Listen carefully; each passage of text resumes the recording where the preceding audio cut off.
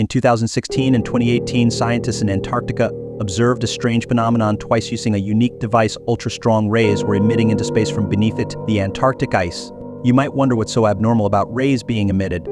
However, this device, known as the Antarctic Impulsive Transient Antenna, ANITA, is not your everyday tool. ANITA is a cylindrical-shaped radio frequency antenna array suspended from a balloon at an altitude of around 35 kilometers, designed to detect high-energy neutrinos from cosmic rays. The scientists hope to trace the origins of cosmic rays by observing these high-energy neutrinos from space. Neutrinos are elusive subatomic particles that can travel vast distances without being absorbed or deflected by other matter. When high-energy neutrinos collide with particles in the Antarctic ice, they generate radio frequency pulses that ANITA can detect. Typically, the neutrinos ANITA observes come from space towards Earth. However, in 2016 and 2018, ANITA detected 2 neutrino bursts coming from beneath the Antarctic ice, shooting upwards into space. Scientists are puzzled and question whether there could be a source of neutrinos beneath the Antarctic ice. Some scientists have proposed the hypothesis of a mirror universe existing beneath the Antarctic ice. The mirror universe theory suggests that while our universe was formed, another universe simultaneously came into existence, mirroring ours like a reflection. In this mirrored universe, every matter in our universe has a corresponding antimatter. Time in our universe flies towards the future, while in the mirror universe, it flows towards the past. In short, everything in the mirror universe is opposite to our own. So when neutrinos from our universe strike the ice, the mirror universe would symmetrically emit neutrinos. Although this explanation has been proposed, it remains a hypothesis. Meanwhile, another theory turning viral online is that beneath the Antarctic ice lies an alien base or a collaboration between aliens and Nazis. This could explain the questionable neutrino activity in Antarctica. Curious about the truth behind this story? Keep watching to find out. Beneath Antarctica, what's hidden below?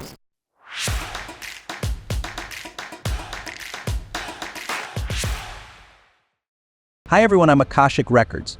Today we're diving into the mirror universe hypothesis. Simply put, this theory suggests that while our universe was forming, a mirror universe also came into being. This mirror universe is like our universe's reflection. In hypothesis, everything in our universe has a corresponding opposite in the mirror universe. Time in our universe flows forward, while time in the mirror universe flows backward. Essentially, everything in the mirror universe is the reverse version of our own. So when neutrinos from our universe hit the ice, the mirror universe would emit neutrinos in response.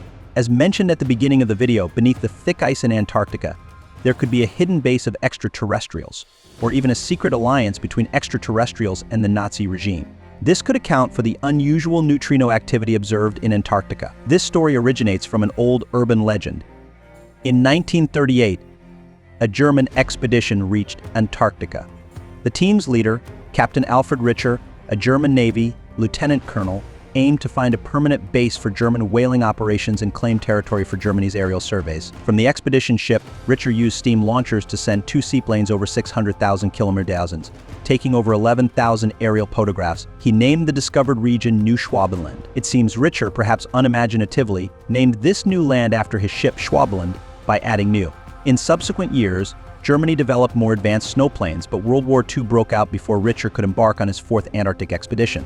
Did the Germans establish a base in Antarctica? No one knows for sure, as Nazi records were destroyed after the war, adding to the mystery.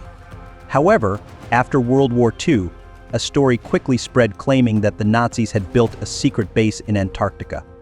The story goes that a German submarine, U-209, dived to a depth of 100 to 500 meters at coordinates 68 degrees south, 1 degree east, roughly 100 kilometers off the Antarctic Account. After 10 specific steps, the submarine supposedly approached an entrance to an underground world near Antarctica. The earliest source of this story appears on the Hollow Earth website forum in 2005. In this story, the underground world map includes regions like Agartha and Shambhala from Tibetan legend, as well as a smaller area named New Schwabenland, the same name given by Colonel Richer to the continent he discovered during his Antarctic expedition. According to the story, the Germans entered the inner world and established a colony in New Schwabenland, with its capital called New Berlin. The population was small, and they were eager to report back to Germany about migrating there. The story also mentions that this information came from a letter written by a crew member named Karl in German, signed by Unger, and dated July 1947. However, the idea of a letter from the underground world reaching the surface is hard to believe. There's no postal service there. The story claims that Unger handed the letter to an underground dweller, who delivered it to an old German colony in South America, from where it was eventually passed on to the person recording the story. Most people dismiss this as a far-fetched tale, laughing it off. However, some curious internet users dug deeper and found that the story has some factual basis.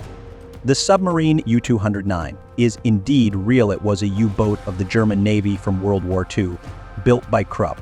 It was launched on August 28, 1941, and officially entered service on October 11th of the same year, under the command of Captain Henrik Brade. According to German military records, it disappeared during a mission in 1943, reportedly sighted by Allied forces southeast of Iceland.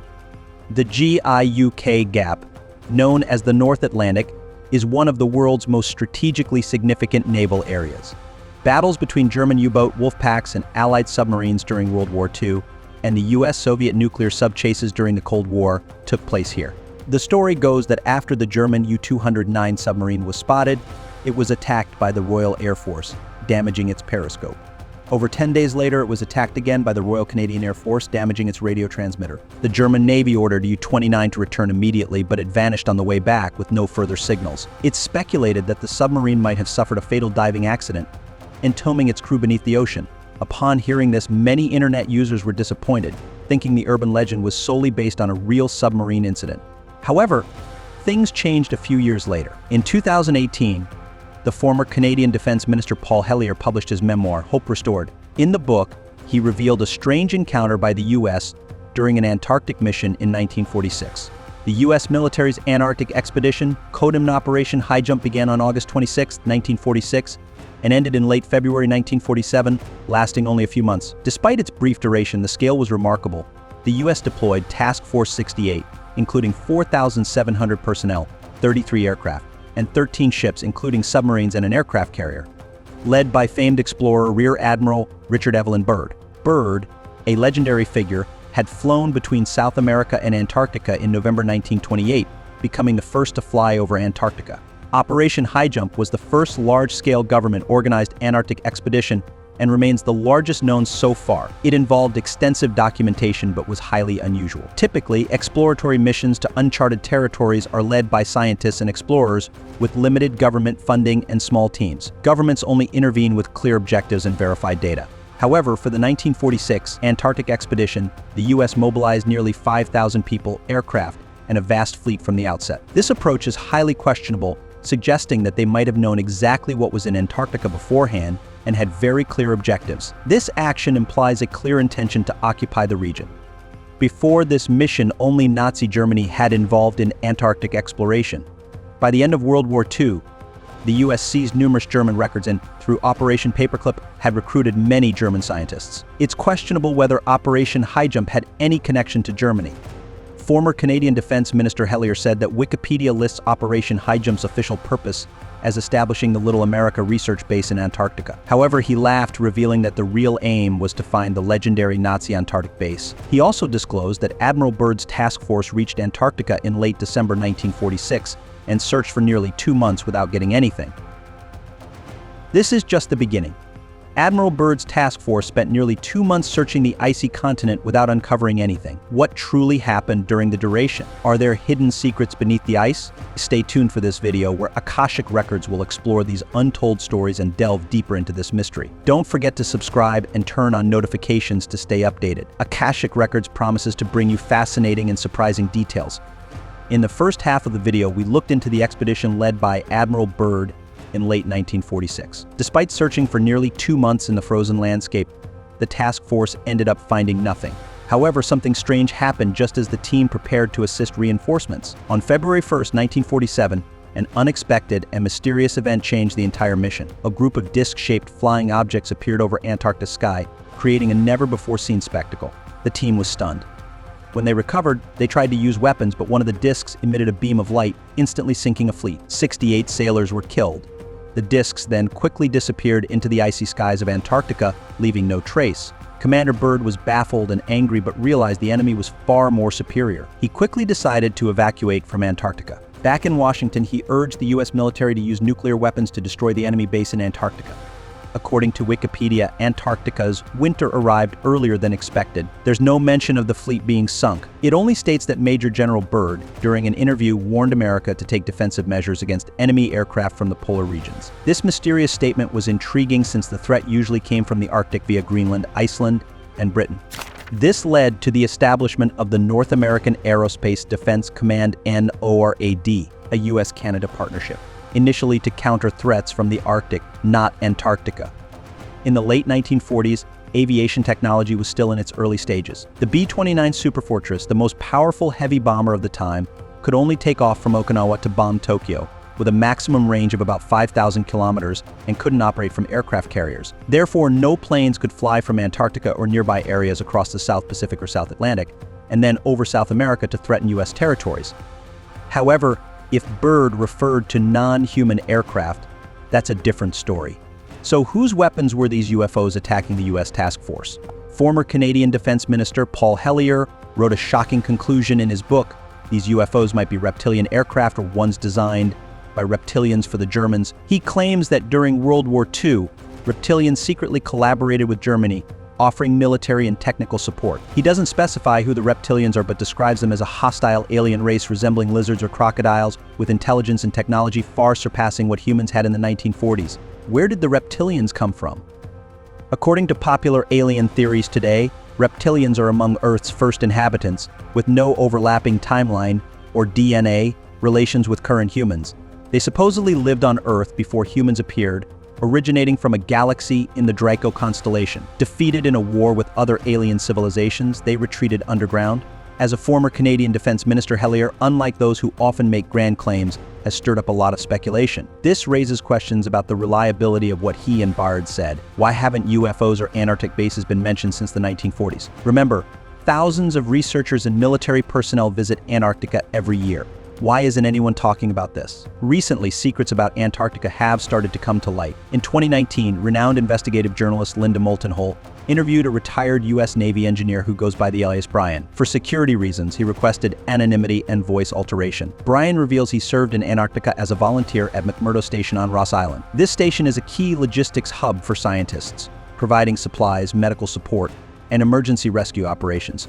In October 1985, Brian and his team received an emergency call to fly to a military base in Australia to rescue an injured staff member. At that time, their commander ordered them to fly over a restricted area, saving over 30 minutes on the rescue mission. Brian and his team complied with the order. As they fly over the restricted area, Brian and his team witnessed something they'll never forget. They saw an air sampling station on the ice, but below it is a massive crater. The hole, over 100 meters in diameter, is dark and deep, making it impossible to see inside.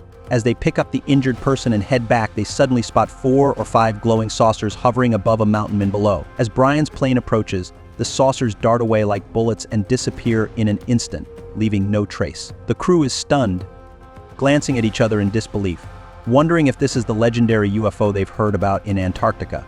After finishing their mission, the commander quickly gathers Brian and his team to discuss their experience. When they detail what they witnessed, the commander sternly instructs them to remain silent and not speak about it to anyone. The team's only response is a firm, "Yes, sir." Journalist Linda also interviews a former U.S. Navy veteran, Mr. Spartan, who reveals he was on a mission on the eastern coast of Antarctica in August 2003. Amid the endless ice and temperatures dropping to minus 40 degrees, he unexpectedly spots a black building on the glacier. The building extends from the ice, featuring a door that's only 45 centimeters long. Surprisingly, the door is so light that it opens with just a slight push.